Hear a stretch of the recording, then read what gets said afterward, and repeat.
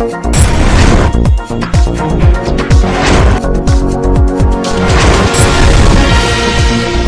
आप देख रहे हैं एनपीटीवी न्यूज परिक्रमा और मैं हूं आपके साथ आरती सिंह आजाद। डालते हैं नजर आज की खास खबरों की ओर। महानगर में भीषण गर्मी का कहर जारी है। तापमान 44 के करीब पहुंच गया है। मौसम विभाग की माने तो अभी राहत के आसार नहीं है। वहीं ऐसी गर्मी में बाजार सूने पड़े हुए हैं। दोपहर के समय सड़कों पर भी सन्नाटा पसर जाता है।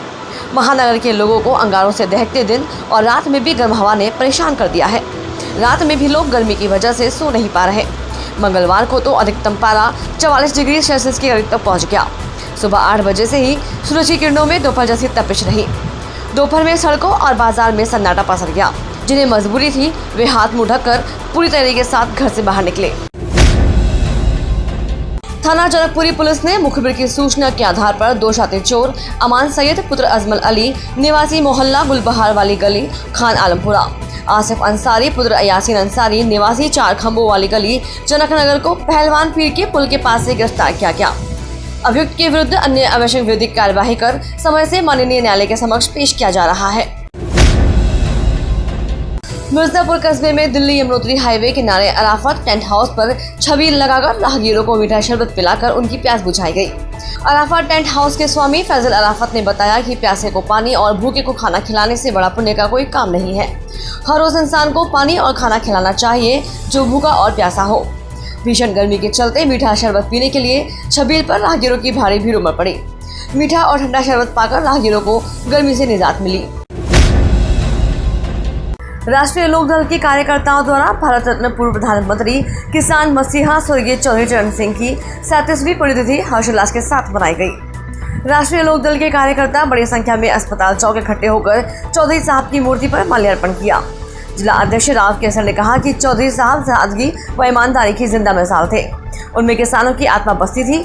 किसान हित में लिए गए अनेकों कार्य किए। इस दौरान महानगर अध्यक्ष भूषण चौहान, रमेश चौहान, अशोक मुखिया, गजेंद्र चौधरी, फखरुल कंबोज, संजय कंबोज, प्रवेश कश्यप, राजकुमार भगत जी, राम भारद्वाज मौजूद रहे। मैक्स हॉस्पिटल पटपड़गंज नई दिल्ली के डॉक्टरों ने आज एक जन जागरूकता सत्र आयोजित किया, जिसमें हेड एंड नेक कैंसर यानी सर व गर्दन के इलाज में हुए एडवांसमेंट के बारे में जानकारी दी। मैक्स सुपर स्पेशलिटी अस्पताल पटपड़गंज में सर्जिकल ऑन्कोलॉजी के कंसल्टेंट डॉक्टर अमित त्यागी मौजूद रहे, जिन्होंने इलाज के लिए उपलब्ध लेटेस्ट तकनीक व विकल्पों के बारे में अवेयरनेस बढ़ाने की बात पर जोर दिया। उन्होंने कहा कि गर्दन के कैंसर की शुरुआत के लिए प्राथमिक रिस्क फैक्टर्स में है। तंबाकू और शराब का उपयोग करना इस जोखिम को काफी बढ़ा देता है। लगातार गले में खराश, निगलने में कठिनाई, आवाज में बदलाव, गांठ या दर्द, कान दर्द, बिना किसी कारण वजन घटने जैसे लक्षण सिर व गर्दन के कैंसर हो सकते हैं, जो रोग के स्थान और स्टेज के आधार पर अलग अलग होते हैं। मेल में अगर पेनिस में किसी तरह की कोई प्रॉब्लम आती है तो उसके लिए एडवांस टेक्नोलॉजी में क्या सुविधा है? सर, कोई भी कैंसर जो होगा आप उसको X ray, CT scan, PET scan, MRI के बेस पे डायग्नोस नहीं कर सकते। वो सिर्फ आपको ये बताएगा शरीर के इस हिस्से में एक गांठ बनी है जो कि कैंसर हो। देवबंद क्षेत्र के खेड़ा मोल की महिलाओं ने गांव के युवक पर खत्तों की भूमि पर कूड़ा न डालने देने का आरोप लगाते हुए एसडीएम से शिकायत की है। उनका कहना है कि पिछले कई वर्षों से गांव के लोग वहां पर कूड़ा डालते हुए आ रहे हैं, लेकिन उक्त युवक कूड़ा डालने पर उनके साथ अभद्रता करता है। आरोप है कि उक्त युवक खातों की भूमि पर कब्जा करना चाहता है। वे इस संबंध में कई बार संबंधित अधिकारियों को शिकायत कर चुके हैं, लेकिन उनकी समस्या का समाधान नहीं हो चुका।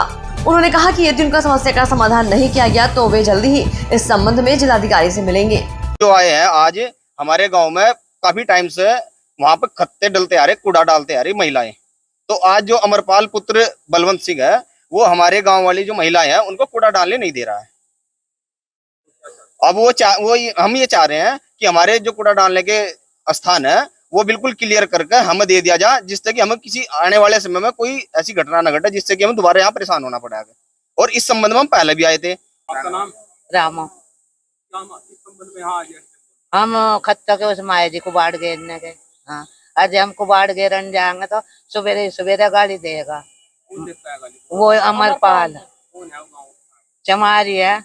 हाँ, प्रधान है या हाँ, नहीं प्रधान कुछ नहीं, वैसा ही है, वैसा ही है।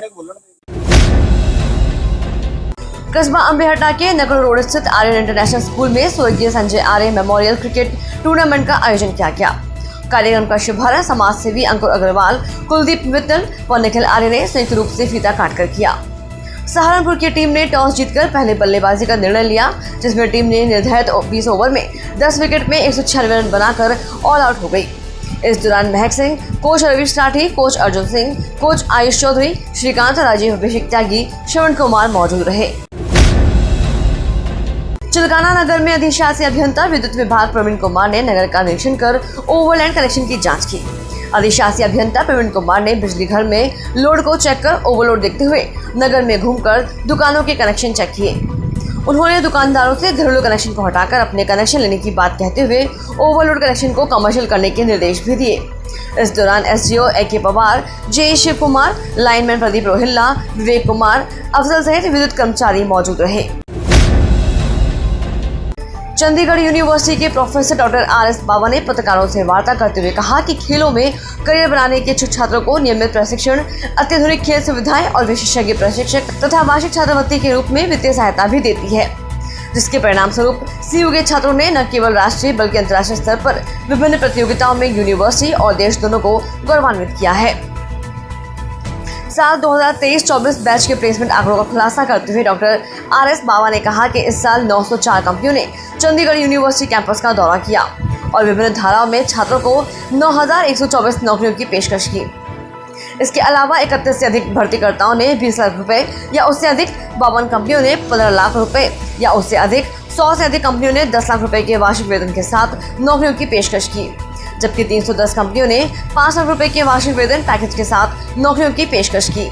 हॉस्पिटैलिटी में हम पूरे भारत में नंबर 1 पोजीशन पर हैं, पेट्रोल इंजीनियरिंग में नंबर 3, कंप्यूटर साइंस में नंबर 10, मैकेनिकल इंजीनियरिंग में नंबर 11 और मैनेजमेंट में नंबर 18। इसके साथ साथ हमारे पास पिछले साल 900 से ज़्यादा कंपनियां आई हैं। 9124 हमारे पास नौकरियां मिली हैं बच्चों को। 1.7 करोड़ का हाईएस्ट पैकेज मिला है विदेशी कंपनी द्वारा जो अमेरिका की है, और 54.75 लाख का पैकेज दिया है इंडियन मल्टीनेशनल ने। हमारे बच्चों ने 2600 से ज़्यादा पेटेंट फाइल किए हैं। हमारे बच्चों ने एशियन गेम्स में 22 बच्चों ने पार्टिसिपेट किया है, 14 मेडल जीते हैं। खेलो इंडिया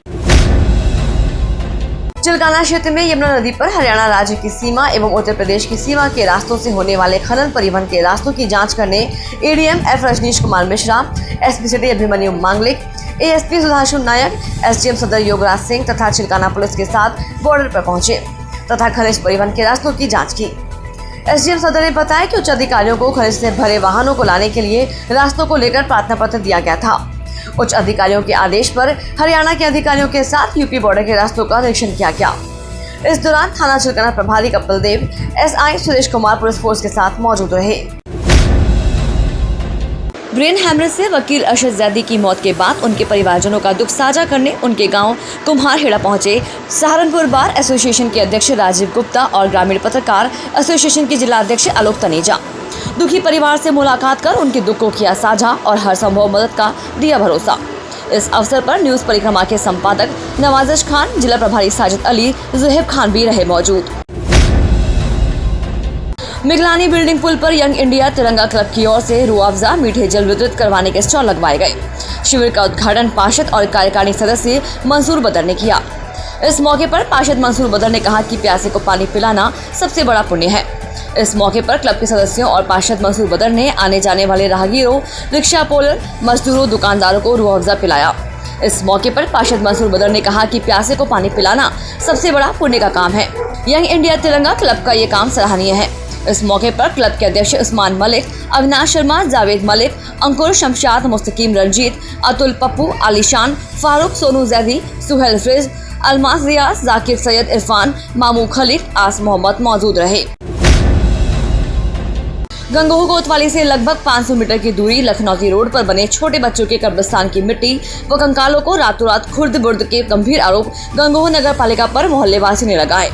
गंगोह के मोहल्ला इलाही बख्श की काफी महिलाओं व पुरुषों ने गंगोह नगर पालिका पर बिना बताए सौंदर्यीकरण के लिए बच्चों को दबाने वाले कब्रिस्तान की मिट्टी व कंकालों को खुर्द-बुर्द करने के आरोप लगाते हुए मौके पर जाकर नगर पालिका मुर्दाबाद के नारों के साथ जोरदार प्रदर्शन किया।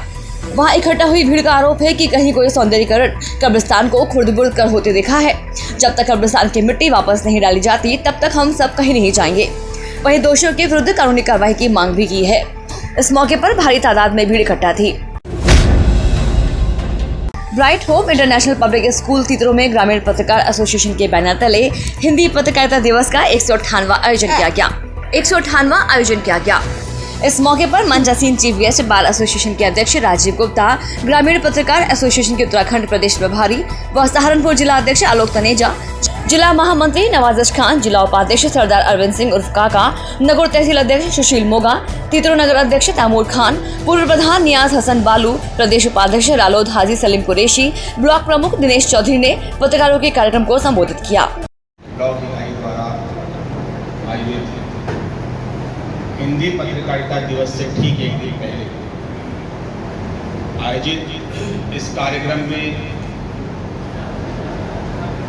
मंच की शोभा बढ़ा रहे हमारे बहुत ही आदरणीय, हमारे बहुत ही सम्माननीय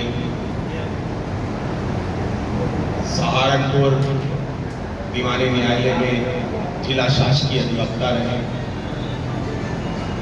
वर्तमान में बार एसोसिएशन के अध्यक्ष आदरणीय राजीव गुप्ता जी। जिलाधिकारी डॉक्टर दिनेश चंद ने 14 महीने से भटक रही रिटायर्ड अध्यापिका की समस्या का 2 घंटे में समाधान कर दिया।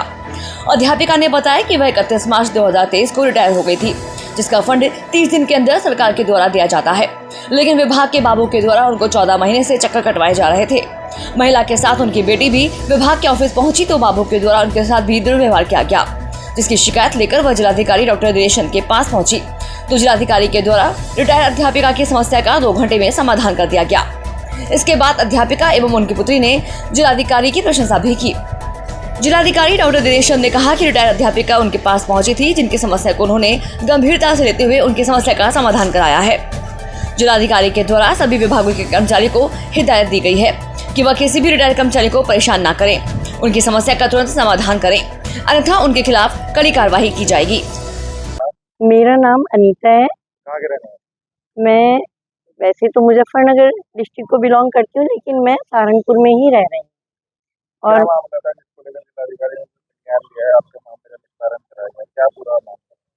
ये एक्चुअली में क्या था कि मैं 31 मार्च 2023 में रिटायरमेंट हुई थी मेरे, और मेरा कुछ ग्रेच्युटी से संबंधित पैसा आना था जो 30 दिन के अंदर अंदर आ जाता है।